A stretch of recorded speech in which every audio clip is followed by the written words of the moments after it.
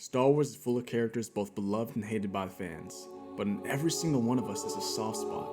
A soft spot for a select few characters that we can't help but love and root for. For me, one of those characters is General Grievous. And it's with a heavy heart that I must now talk about how General Grievous had the biggest fall off in Star Wars history. Let's talk about it. General Grievous is a Kaleesh male that grew up as a warrior.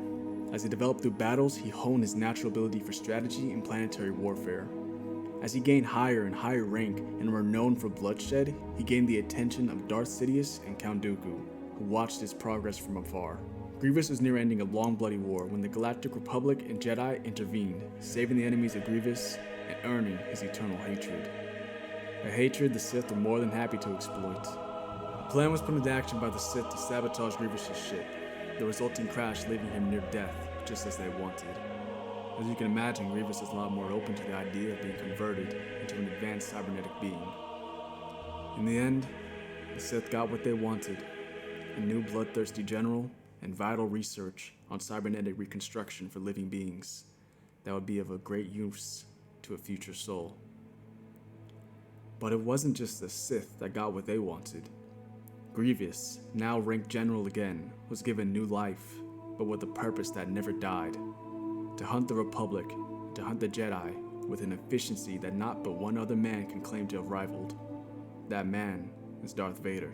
Yes, the cybernetic research done on General Grievous would aid in the reconstruction of Anakin, and both men would go on to be the most ruthless Jedi hunters to live. For those that have just seen the movies or the Clonewars show released in 2008, you may be confused at this description of Grievous, but that is because his fall happened before those two take place. Season 2, Episode 20 of the 2003 Clone Wars series is when we are first introduced to the General, and we see him at his peak, doing things that not any other being could have been said to do besides Vader. General Grievous had 3 confirmed Jedi Masters and 3 other Jedi with them, hiding in fear of him alone. I will admit, his voice is not it. You are surrounded. Your army is decimated. Make peace with the foes now, for this is your final hour. It's extremely high-pitched and not intimidating, but everything else about him? It was perfect. Perfect. Everything, down to the last minute details. Just watch.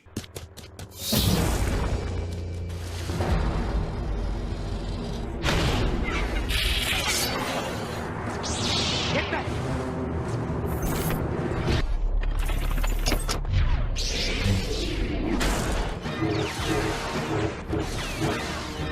I'll try spinning. That's a good trick.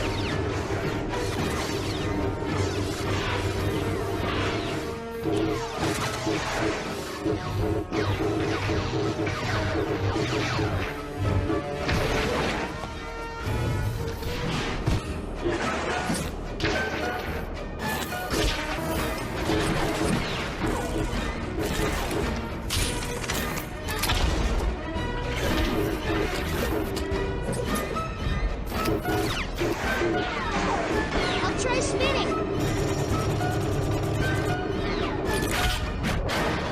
Keep in mind, he just did that to Ki-Adi-Mundi, who is a general himself and is one of the only Jedi we see put up a fight against his clones when he's caught off guard during Order 66.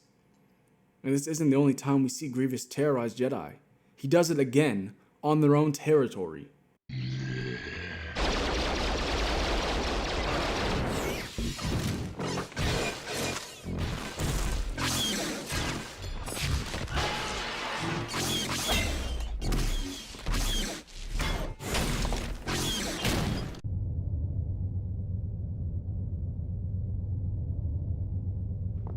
Hurry, get to the ship.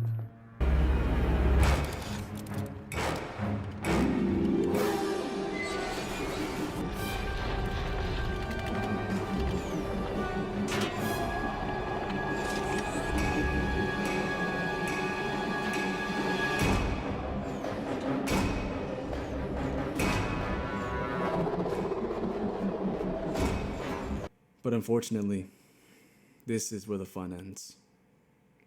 After an encounter with Mace Windu, who I will remind you was doing this,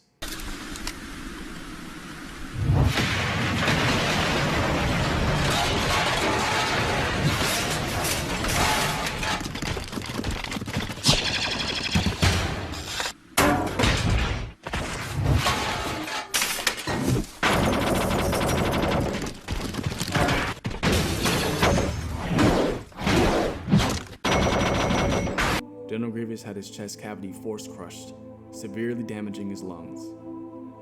Of all the Jedi he ran into, none could touch Grievous, even with the monumental advantage granted by the Force, because he was built different. But so is Mace Windu. And when two equally matched combatants face each other, any advantage will decide the winner. Like many athletes who were injured, General Grievous' prime was cut short, and he would never be the same. But it wasn't the injury that ended the General. It was George Lucas himself that brought the end of Grievous as we knew him. George wanted Grievous to be like Vader, but a coward. One of the big issues behind Grievous was that I didn't want a big, powerful villain. I wanted a cunning, almost cowardly villain who isn't super strong or super powerful, but at the same time, is a good fighter, but not. I didn't want to get somebody bigger and stronger and more powerful than the other villains that we've had and keep, going to the next level. I wanted him to be slightly more like the Emperor, slightly more on the sleazy, behind-the-scenes kind of guy. That's why I set up the fact that he always runs at the end of every fight. He always gets away. And that's what we got. Looks like the engines are set to destroy themselves. Get out of my way!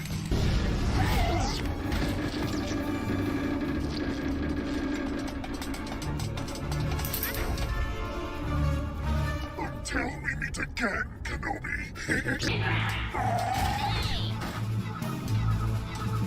General Grievous has fled.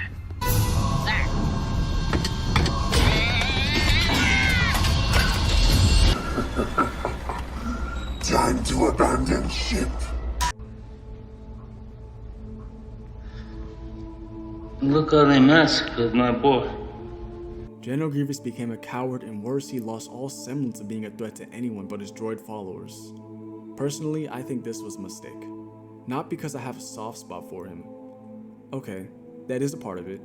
But I also think this was a mistake because George wanted to have a villain that was clever and in the shadows. But General Grievous in both the 2008 Clonewars show and Revenge of the Sith was always front and center as the punching bag and joke of most episodes. And having that in the show was not necessary, as most of the comedy was best delivered naturally or through the droids and clones. Many shows targeted for younger audiences make the mistake of having what could be a recurring threat instead be a recurring slapstick routine. George himself has struggled to find the balance between comedy and compelling storytelling before, as seen with the Ewoks and Jar Jar Binks, both of which played vital roles in the story, but not actually fitting the tone of the story or best serving. Most of the great moments that I remember from the Clone Wars and the movies are serious moments, or at least really interesting ones. And yet I've never heard anyone mention a scene involving General Grievous since his fall off, and I doubt we ever will. But for those that knew the old Grievous, we have some special memories. Memories of a character who reached the heights of Vader in terms of fear-inducing presence and a brutal efficiency. Memories of a character whose design and fighting style was iconic. Memories of a dog. The hardest part to accept is that when someone reaches the highest of highs, they make themselves vulnerable to falling to the lowest of lows. And as much as some other characters have fallen off, I think it's pretty easy to place Grievous at the #1 spot. We've had other characters like Boba Fett in his own show going from brutal killer to friendly sheriff. We've had Luke go from the GOAT to the goat milker. And we've even had the Mandalorian himself fall into the background in his own show. But as bad as these all were, we still have such a wealth of content and stories to enjoy with these characters that are great. But Grievous came and went in a flash, burning too brightly to last. But you tell me, do you feel like Grievous fell off? Do you agree with George Lucas's direction with the character? And what character do you feel was wasted or fell off in their own way? Let me know down below, and remember to like and subscribe on your way down there.